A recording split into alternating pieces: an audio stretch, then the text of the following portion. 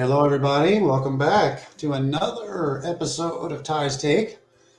I'm Dave. I'm going to stop saying sort of smart space guy because I think by now you guys get it. I know a little bit, not a whole lot, just enough to be dangerous. But my main goal here is not to educate about space, but to get people interested in going to learn about space. There's so many resources out there that you can take advantage of for just about anything that you want to know when it comes to space. So I'm here to help guide you to that and to help all of us understand and realize just how important that is. We have the amazing Tyra Day and, of course, the star of the show here with us. And we will continue where we left off with some questions. Right. Well, where we left off, you wanted me to remind you to give us an example or Yeah. Right. We were talking about resources, but we kind of ran a little long. We've been trying to keep these a little bit tighter. So on that, the example that I wanted to give you is actually kind of a silly one, but what it does is it really illustrates just how much is out there. When we talk about scarcity, there really is no such thing as scarcity. There's an asteroid. It's called Psyche 16. That's the name that it was given. And there's actually a probe that was just recently launched that's on its way there. I forget when it gets there. I think 2031 or something. It's going to be a little while before it gets there. But this asteroid is made almost entirely.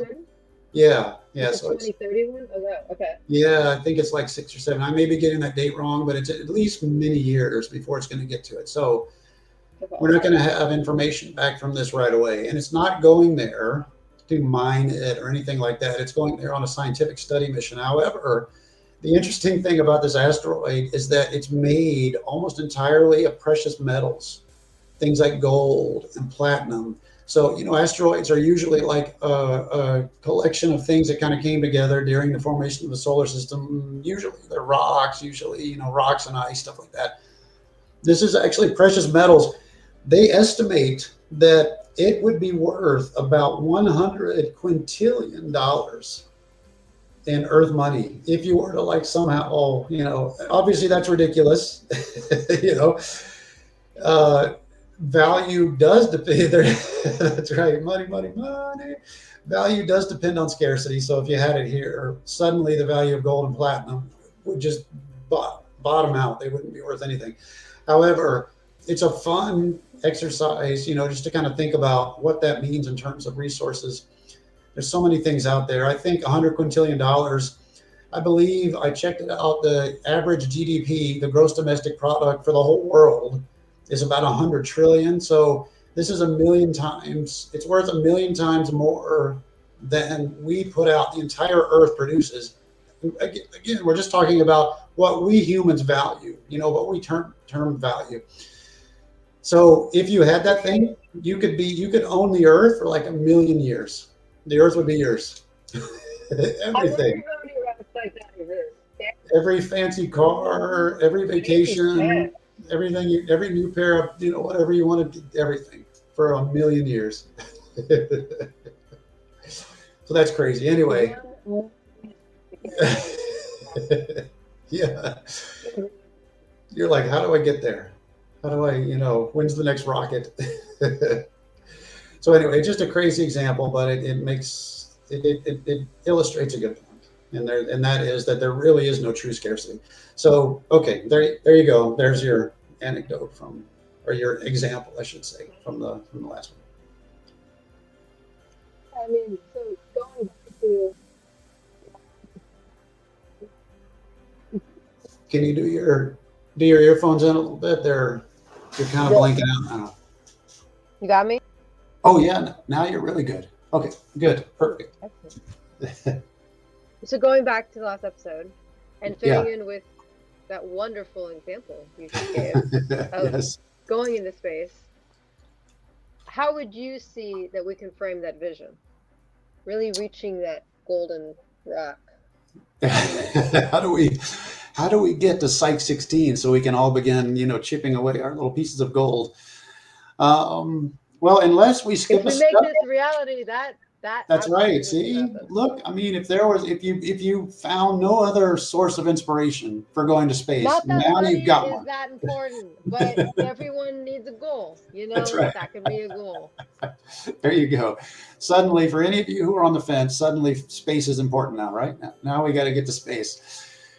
Unless we skip a step, like unless suddenly we invent a warp drive or something like that that lets us go far fast, overnight, Hmm. which seems very, very unlikely. It's not impossible, but it seems very unlikely that we're going to suddenly wake up tomorrow and somebody figured out how to go warp speed. Could We'll happen. have to do it, on a gradient, step by step, gradually getting, better and better. I think the way we advance is, it's kind of like climbing stairs. I think it starts building and expanding our on orbit, things in orbit. We start there. Hmm. Next step after that would be the moon, making the moon an everyday reality, being able to go, having bases, having other orbital stations there around the moon. That then in turn would become a launch pad for other places in the solar system, most specifically Mars. That would be the next logical objective. Mars would be our first big milestone. So in the near term, those three: orbital presence, lunar presence, Mars presence. I guess you could call that Martian presence. Right. Now we talked about this before, but I also looked it up. Yeah. Moon obviously was, it seems to have been a, pretty big deal. Yeah. And I guess, there are things in that area. Mars is a lot further away. It is. That's not that close. It's Right. still a pretty big jump. Yeah. It feels, I'm sure to some, like kind of impossible. I feel like that viewpoint is out there somewhere. It is. In fact, there have been at least one book, maybe more than one book, written just specifically on why we can't go live on Mars. No Really? solutions, just why we can't. And I think it is such a big target, and there are so many big obstacles there are many, many challenges, everything from radiation to distance to, I mean, the list is incredibly long, and each challenge on that list is massive. Like just figuring out the radiation situation alone is going to require all new ways of thinking, new solutions. So it's very easy, and therefore not a lot, but some certain percentage of people will do it. And that's just basically to take the position of, well, it can't be done. It's too hard. It's too difficult. It's impossible. Fact is, Right. nothing is Yeah. impossible. Everything is impossible until it isn't. Flying was impossible until it wasn't. Staying Hmm. underwater in a submarine for 6 months was impossible until it wasn't.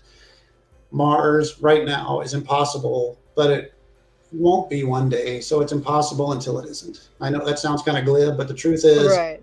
time and time again, we humans I mean, have shown yeah. that we can figure things out, and we do. We will figure things out. So it's inevitable. Mars is inevitable. I can say that without reservation. The only question is how quickly it happens. It will take an awful long time Right. if we don't put an awful lot of focus on it and make it a priority and start figuring out all of these challenges that need to be figured out. As soon as we let ourselves get stuck on something Hmm. that we feel like can't be solved, or that we feel like is impossible and it's too impossible to actually think with, and we stop working on it, then of course that pushes it out further and further and further and further. But it will Of happen. course. I hope it happens a lot sooner. And that's our goal at 40 Suns here, is to push for people to like move faster and kind of think bigger. That's all it comes down to, is thinking bigger. Anyway, there you go. Mars Yeah. is only impossible until it is possible. There you go. So then, do you have any advice for people in that regard, or involving any of that? Well, I mean, when it comes to this, when it comes to making that push for space and to being an advocate, like you are, like a space advocate, basically, uh, don't keep it a secret. You're a fan of space. Hmm. Let people know. Absolutely. Don't be afraid to let your space flag fly.